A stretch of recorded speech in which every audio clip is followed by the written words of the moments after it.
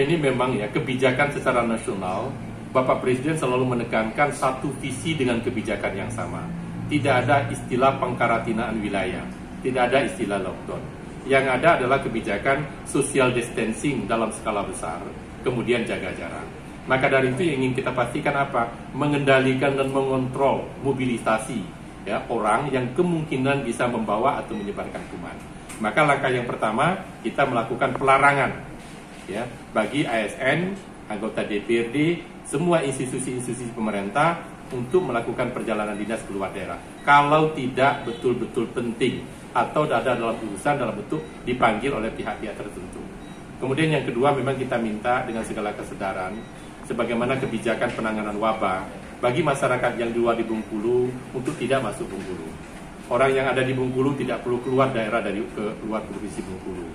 Kalaupun memang terpaksa sekali karena situasional, karena kultur dan sebagainya dan kepentingan, saya ingin pastikan satu orang saja yang keluar dari Bengkulu atau orang lain akan masuk ke Bengkulu, maka pos perbatasan itu memang hidup 1 kali 24 jam.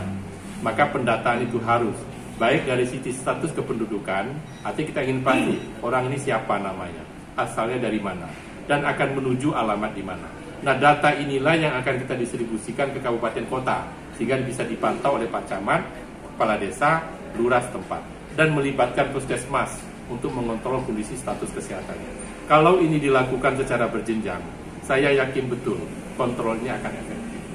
Nah, kemudian yang kedua, tentu kita ingin pastikan status kesehatannya di perbatasan, misal batas dengan Lampung, batas dengan Padang, batas dengan Palembang. Kan 3 provinsi ini berbatasan dengan Bengkulu. Saya ingin pastikan di samping status kependudukan, status kesehatan, kan dicek dengan tim medis yang di perbatasan. Kalau dipastikan kecurigaan tinggi terhadap yang bersangkutan COVID-19, misalnya, ada gejala sudah aktif pasti, maka yang bersangkutan kita minta untuk segera dirawat di rumah sakit terdekat.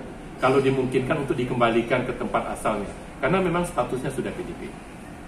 Nah, kalau sudah statusnya PDP, memang yang bersangkutan sesungguhnya tidak boleh lagi keluar daerah, tidak boleh lagi keluar rumah, harus diisolasi. Maka kita minta untuk kembali ke asal tempat atau dirawat di rumah sakit terdekat. Kalau ini dilakukan secara disiplin dengan tim 1 kali 24 jam, maka kita pastikan akan terdetek siapa yang bisa menyebarkan COVID-19 yang ada. Jadi upaya penanganan kejadian, ini penanganan wabah ya, atau penanganan masyarakat yang sudah terinfeksi, baik pada status UDP apalagi pada status PDP, kita sudah menyiapkan kepastian ruang rumah sakit di 3 rumah sakit utama, Rumah Sakit Ing Yunus, kemudian Rumah Sakit Harga Makmur Bengkulu Utara, dan Rumah Sakit Hasan Darawana. Ini sudah siap ruang isolasi dengan penanganan standar itu penyakit menular, termasuk tenaga medis dan para medisnya. Nah, yang skenario kedua, kita sudah menyiapkan rumah sakit tambahan. Ini di 5 rumah sakit. Yang pertama di Curug, Rejang Lebong, kemudian yang kedua di Muko-Muko, yang ketiga di Kota Bengkulu, yang keempat di KT dan Bayangkara. Nah, kelima rumah sakit ini adalah ini lapis kedua atau skenario kedua. Andai terjadi lagi lonjakan yang perlu dirawat, baru kita menggunakan rumah sakit lapis kedua. Dan kemudian baru kita buat lapis ketiga. Ini baik di tingkat provinsi maupun di kabupaten kota. Maka kita menyiapkan ada beberapa gedung ruang tambahan yang kamar-kamarnya representatif untuk kita tadikan tempat ruang perawatan. Yang pertama Mes Pemda, itu ada sekitar 40-an 50-an kamar. Kemudian itu Bapelkes, juga kamarnya hampir 60-70 kamar. Kemudian LPMP, itu juga representatif sekali. Yang terakhir itu adalah asrama haji. Jadi kita punya kamar hampir 750 kamar yang kita persiapkan, ini bisa untuk digunakan perawatan. Artinya skenario ketiga ini akan kita gunakan andai terjadi ledakan penyakit. Tapi mudah-mudahan sekali lagi ini tidak tergunakan. Tapi dari tiga skenario ini sudah kita persiapkan dengan baik. Termasuk di kabupaten kota, seperti di Muko-Muko, mereka sudah menyiapkan andai terjadi ledakan penyakit dan memang butuh perawatan banyak, maka semua pasien di rumah sakit umum akan dipindahkan ke puskesmas yang penyakit umum, penyakit pada umumnya, baru nanti rumah sakit umum akan khusus menangani COVID-19. Saya kira ini bisa dicontoh untuk di daerah-daerah lain juga begitu.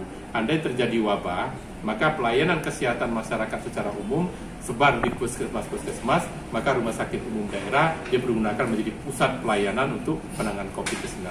Ini sudah kita sampaikan.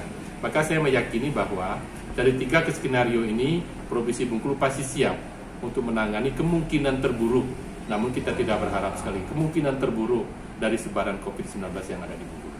Yang kedua Pak, berkaitan ini kan ada informasi untuk pemerintah pusat mewajibkan untuk anggaran pilkada itu dialihkan ke anggaran untuk penanganan COVID ini. Seperti apa tanggapan kita Pak? Sekarang kita sudah melakukan evaluasi sesuai dengan Impres 04 2020. Bapak Presiden meminta kita melakukan refocusing dan realokasi dari anggaran. Kemarin saya sudah pimpin rapat langsung dengan TAPD Bengkulu. Kita sudah menemukan berapa anggaran untuk pengadaan peralatan medis, tenaga operasional kesehatan, dan lain-lain untuk bidang kesehatan. Yang kedua, berapa dana yang dibutuhkan untuk penanganan aspek non-medisnya, artinya aspek sosial ekonomi. Nah, dari Pemprov kemarin kita sudah mendapatkan sekitar 30-an sekian miliar. Dan ini saya minta di breakdown ke kabupaten kota. Kita sudah bersepakat dengan TAPD, saya minta Pak Sesda kemarin, minimum tiap kabupaten kota itu minimum menganggarkan 5 miliar untuk sementara waktu ini. Silakan disisir, ya silakan dievaluasi APBD masing-masing, minimum 5 miliar. Sekali lagi anggaran ini langsung dibagi dua, 50% minimum untuk pengadaan bidang medis, nanti untuk pengadaan alat pelindungan diri, pengadaan masker, desinfektan, tunjangan dokter, mungkin biaya pemakaman, dan lain sebagainya, termasuk biaya sosialisasi. Dan 50%-nya, ini sudah kita hitung. Jumlah penduduk Bengkulu ini lebih kurang 2 juta, kita angka kemiskinan kita itu 15%, maka ada sekitar 75.000 rumah tangga miskin yang ada di Bengkulu. Kita sudah hitung dengan anggaran 15 miliar di Provinsi Bengkulu, kita akan buat sekitar 40.000 paket ya bantuan sosial dalam bentuk sembako yang akan kita sebar di 9 kabupaten 1 kota, sekitar 40.000. Artinya masih butuh 35.000 lagi. Dan 35.000-nya saya minta sharing dengan kabupaten kota. Artinya dengan anggaran itu saya minta 50% itu ditanggulangi oleh provinsi, 50% ditanggulangi oleh kabupaten kota. Maka saya minta betul sinergitas dengan kabupaten kota itu harus. Apa yang bisa dilakukan oleh kabupaten kota untuk anggaran medis dan non medis, baru sisanya Pemprov. Semua program saya harapkan semua sama dan sejalan. Artinya kalau pengadaan APD berapa di kabupaten, berapa di provinsi. Pengadaan masker juga begitu, desinfektan juga begitu, tunjangan insentif dokter dan para medis juga begitu, termasuk paket sembako. Karena saya ingin pengelolaan yang namanya wabah itu tidak bisa tidak, pertama harus seragam, yang kedua harus menyeluruh, yang ketiga memang harus satu tujuan. Ketika ada perbedaan di sana sini, maka justru tidak akan efektif. Jadi tidak akan menggunakan anggaran pilkada di Bengkulu, Pak ya? Maka untuk sementara waktu kita sudah konsultasi sesungguhnya dengan pihak Kementerian Dalam Negeri. Dari Dirjen Keuangan Kementerian Negeri mengatakan memang ada peluang kemungkinan pilkada itu akan diundur. Tapi masih menunggu regulasi dalam bentuk peraturan pemerintah pengganti undang-undang. Ketika kita konsultasikan apa sudah dimungkinkan anggaran pilkada baik yang ada di Bawaslu maupun di KPU untuk kita alihkan ke dalam penanganan COVID-19, Kementerian Negeri mengatakan tunggu dulu. Namun pada prinsipnya dana ini sudah standby. Andai nanti Perpu sudah keluar dipastikan tanggal kepastian pengunduran, baru dana pilkada itu akan kita ambil untuk penanganan COVID-19.